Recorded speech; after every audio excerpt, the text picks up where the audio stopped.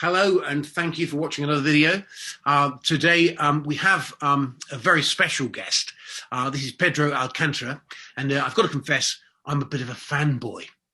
Oh, because when I was a student, Pedro came to my Alexander Technique training school, and he gave a good talk, and he was very famous at that time because he was in London living, now he's in Paris, but he was in London at the time, and there were lots of talks about this sort of controversial and very different figure. And of course, it's stuck in my mind, and always I've found his books and his content and so on, and just followed him like that.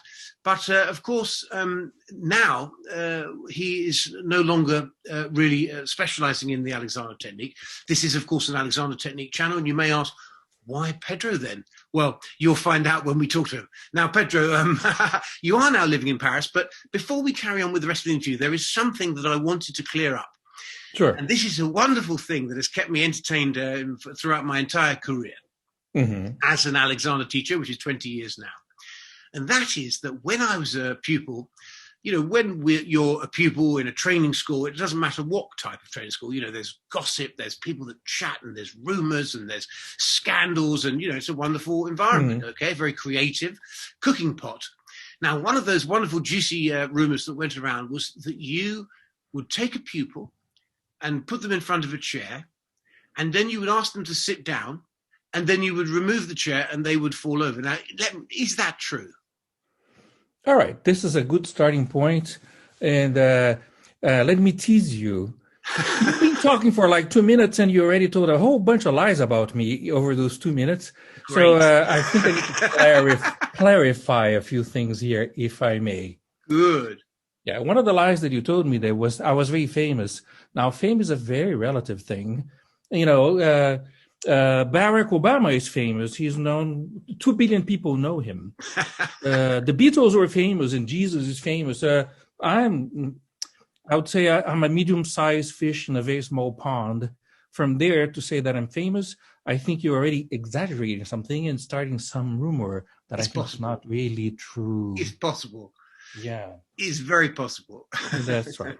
So that's part of it. Another part of it, you say yourself, your schools, gossip, rumor, scandals, and the next thing I know, you describe some scandal having to do with me. And I would like to quote Don Miguel Ruiz, whom you may know from the little book called The Four Agreements. A wonderful little book where he says, I'm going to pretend that I am him, and says, I am a descendant of the Toltecs, and my ancestors believed that you don't have to agree to be brainwashed by the world and war and injustice and terrible things, and instead you can do this. You agree to 4 things. You're going to be impeccable with your word. You're going to try your best. You're going to make no assumptions, and you will not take things personally. And it's a very good little book. It's an excellent book, very, very good. And if you're going to be impeccable with your word, one of the things that you will probably stop doing is gossip and rumors. Yeah, because you know, that's a distortion of knowledge and conversation and whatnot. So I do hope that this channel is entertaining. We have to find a way to entertain your listeners without gossip and rumor and without scandal. You know, that may be impossible, right. But we're going to try to do it. Yeah. So about the chair and the this and the this and the this and the that. Yeah. Let me make a statement of principle. Yeah. You can define the Alexander Technique in a lot of different ways. And one way is, I think if I paraphrase what Alexander says himself, he says his work is the how of human reaction. Yeah. In other words, your day is made of 1,000 situations, literally, and in every situation, you're going to react. Yeah. The situations may be public, maybe at work, maybe at play, maybe family dynamics, or just things happening in your head. You're sitting by yourself, and that's the situation, and you're reacting to it. Yes. And I think the idea is that you have some degree of choice in how you react to any given situation. Yeah. And I think if you think this way, the Alexander technique becomes situational, in that you create a situation or a series of situations, and you help your student or you help yourself to see how you're reacting and to make decisions. Am I going to react habitually, or am I going to put a little space between the stimulus and my reaction? If you think this way, the work becomes situational, and then any one situation can be very useful, including, I might say to the student, okay, go ahead and say a few words in Japanese. And the student will get nervous because he is convinced that he doesn't speak Japanese, and not only that he shouldn't speak any words in Japanese because he would be insulting all the Japanese in the world. So he's already kind of nervous. Yes. And all I did was to say a few words in Japanese, So the situation creates a stress. Yes. Yeah. And that could be the teaching situation, or very playful series of situations, some more stressful, others less stressful, and you learn to deal with it. And that becomes training in the Alexander technique. I have been very inspired by that idea. And I think it's very interesting when you have a story. And a story is a very creative thing. Somebody's made it up and it represents something to many people. And so every time I come to the situation in a lesson where somebody is going to sit down and they do it in a way where I know they've given the weight to the chair before they've even got a chair, I remember this story, and I sort of talk about it because, of course, that's a very central thing, isn't it? Not, as you say, doing things out of habit. And if you can challenge people to break that habit, then how you do that is kind of well, it doesn't matter, does it? Ultimately, it doesn't matter. And let's say that any one stimulation can be felt as stressful by somebody, including the stimulation of saying hello. And the person says, why he's smiling? Why is he talking this way? What am I supposed to do? You just say hello to the person, but the person is going to react in some way. The person's going to be stressed out, well, a little nervous, a little neurotic, a little psychotic. Hello. And the person's very, very nervous. Yes. So any one situation could be stressful. And for some people, if you take the chair from under their butts, it's going to be very stressful. And for others, it's going to be very, very funny and playful. Yes. Yeah. So you have to kind of make a choice, how I'm going to stimulate this one person, in what way I'm going to help this person feel about reactions and choices. And I'm not saying that I've taken some risks and I've made some mistakes, probably a few 100,000 mistakes. I think that's average. Yeah, I mean, I think what is interesting, obviously, about the whole story is really that the way in which it broke with convention. And it certainly endeared me to you, to find out more about what you were doing. But I think also is the fact that we're living perhaps an Alexander life, and we get trained as Alexander teachers, but then we become fixed in our thinking. And we think that the way that we do everything is got to be the same. In fact, we end up being Alexander teachers with habits the same way. And when we... I don't think that's ever something that's ever happened to you, because you're a very creative brain. And this is what I find very interesting about you, is that you will never do anything in the expected fashion. And yet most of us, because of what you were just talking about, the fact that everything can give us a sort of stress reaction, they try to seek out habit, everything to be the same way. It stunts creativity. And of course, you are very interested in this subject, aren't you, of creativity? And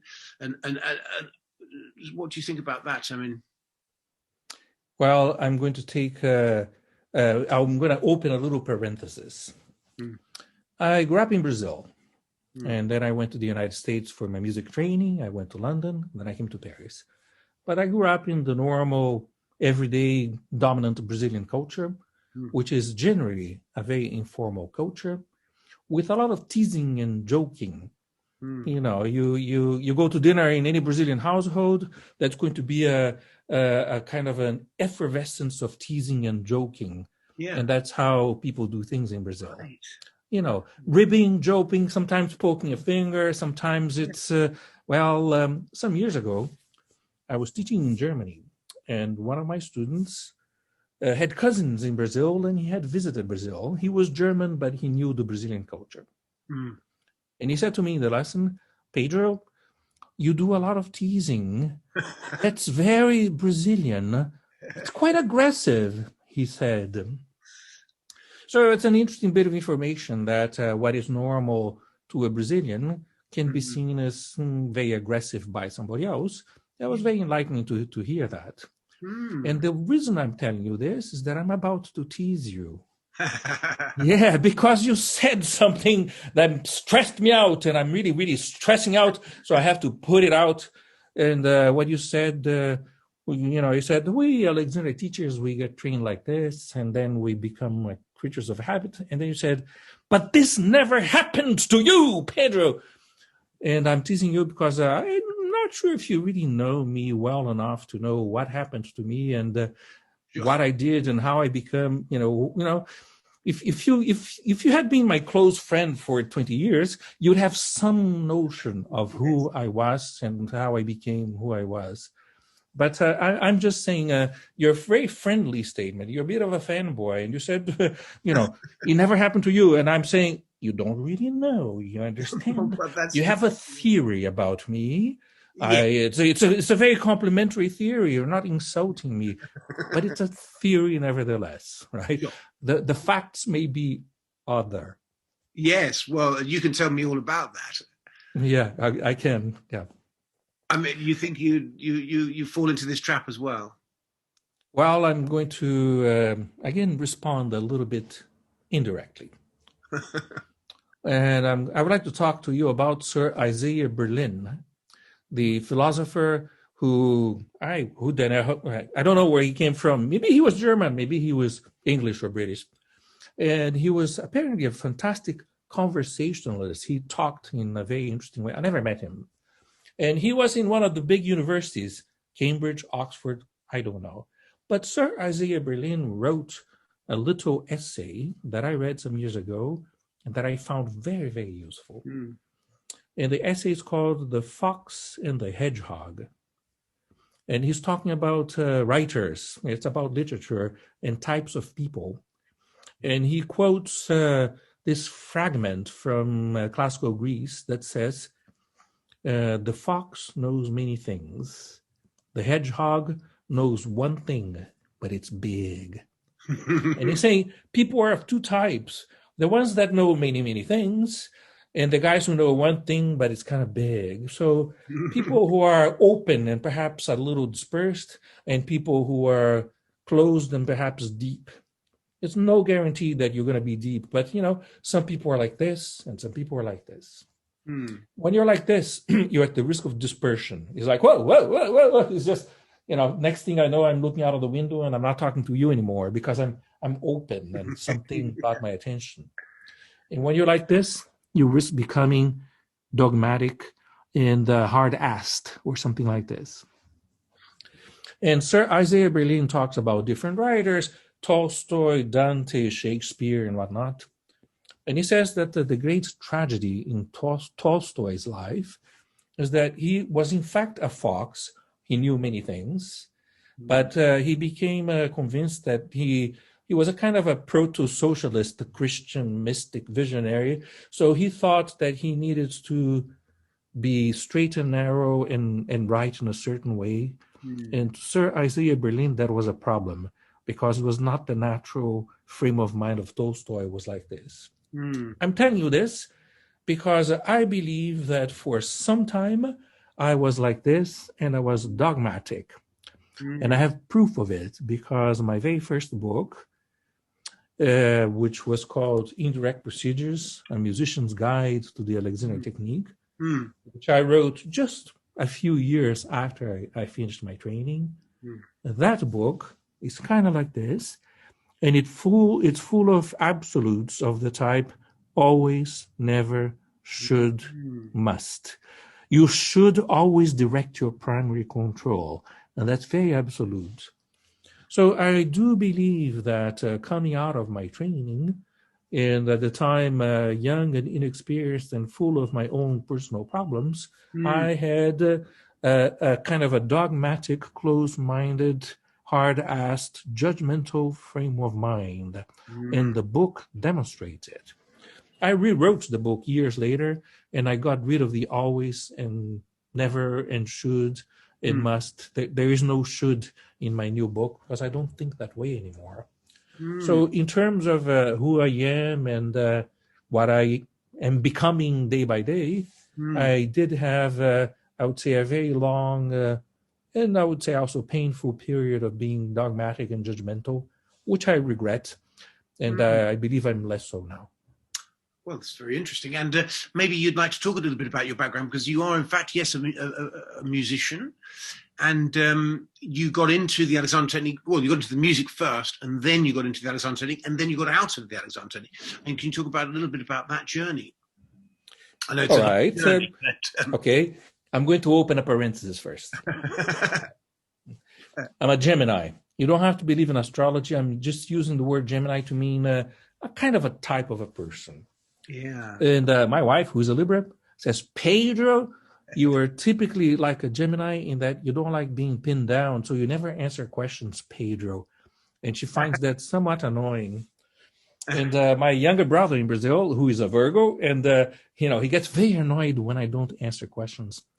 And I'm only telling you this because you asked me a question about my journey and this and this, and some part of me is going to resist a little bit your very question, even though it seems like a reasonable question. Yeah.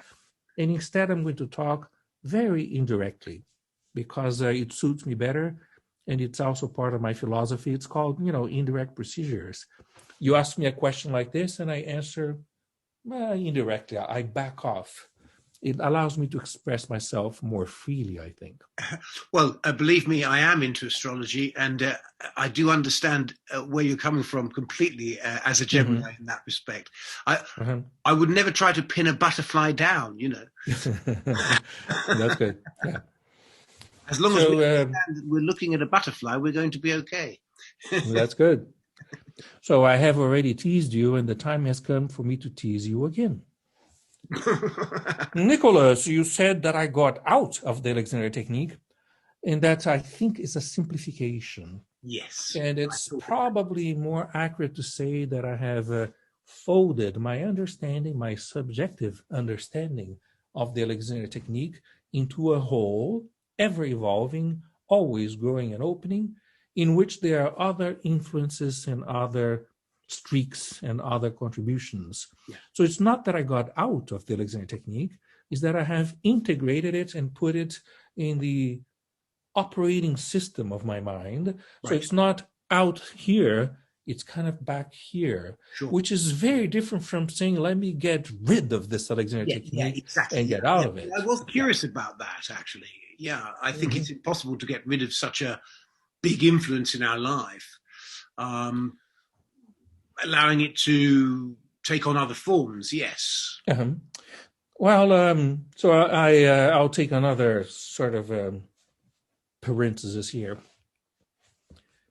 For me, one of the things that has been very helpful in my life is the discovery or the acceptance of the subjective dimension of the fact that every person is looking at the world from their point of view, with their filters, with their blind spots, with their preferences, with their fears, with their aspirations.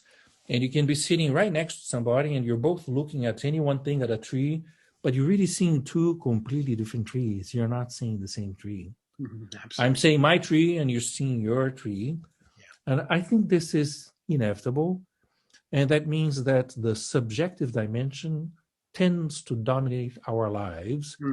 I think this is a fact. I take it as a fact. But that means that the Alexander technique does not exist objectively. It exists subjectively according to each person's perception. Of course. Yeah. And that means that you and I are, we're having a friendly chat and you said you're a fanboy and we're looking at each other here. And your Alexander technique is probably almost completely different from my Alexander technique to begin with, because you and I are completely different human beings. Sure. So for me, the Alexandria technique doesn't have an objective existence, but what exists is my encounters with other people who have encounters. I had my subjectivity met Patrick MacDonald's subjectivity, and for 3 years, our subjectivities were in close proximity, or something like this, which is very different from saying I trained in the Alexandria technique. It's more like my subjectivity had a number of experiences and continues to be having those experiences. Yeah. So it's I don't know what I'm really trying to say other than my Alexandria technique, my Alexandria technique is in here somewhere, and it's very helpful. And it's not that I got out of the technique, is that I think and talk differently about the technique now than I did, say, 20 years ago. Yeah, I mean, am I right in saying that you don't teach, in a sort of 4 books of the Alexander technique, inhibition and direction way, or do you still teach people those things, or? I'm laughing at myself, not at you, because I'm about to be again a little bit Gemini-like and say, I'm not really going to answer what you're asking, because I think your question is a bit loaded. Behind your question, there's a lot of information that I think we need to address